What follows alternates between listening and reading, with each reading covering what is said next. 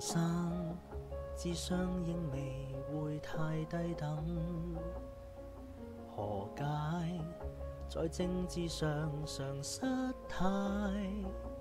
沒有思考過說話含意，言論亦總過於挑釁，但卻官職上品。當日自稱所話句句都真，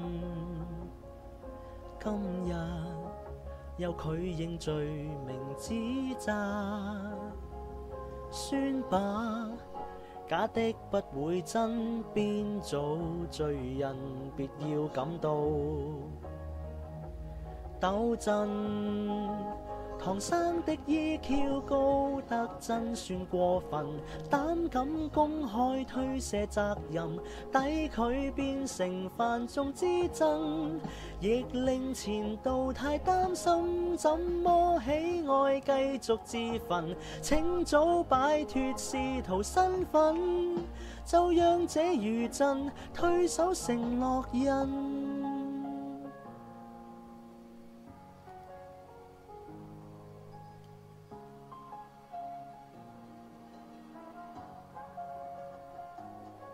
從上，或許他尚算了不起，為官就過分笨和失禮，大概只不過要來陪襯，無謂問他到底怎會沒有一點成績。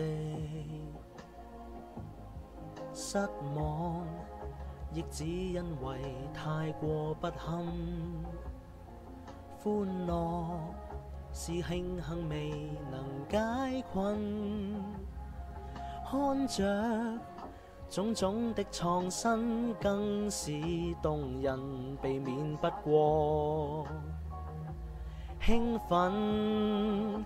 唐生的EQ 高得真算過分，膽敢公開推卸責任，抵佢變成犯眾之憎，亦令前度太擔心，怎麼喜愛繼續自焚？請早擺脫仕途身份，別讓這地震再三的發生。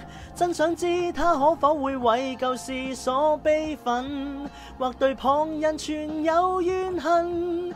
究竟官場年月磨練裏，卻為何不小心？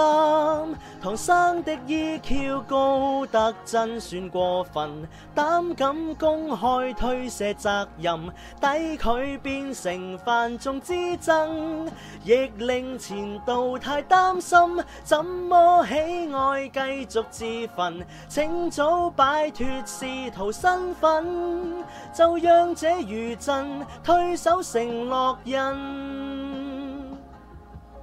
已滿腔怒憤對這場地震。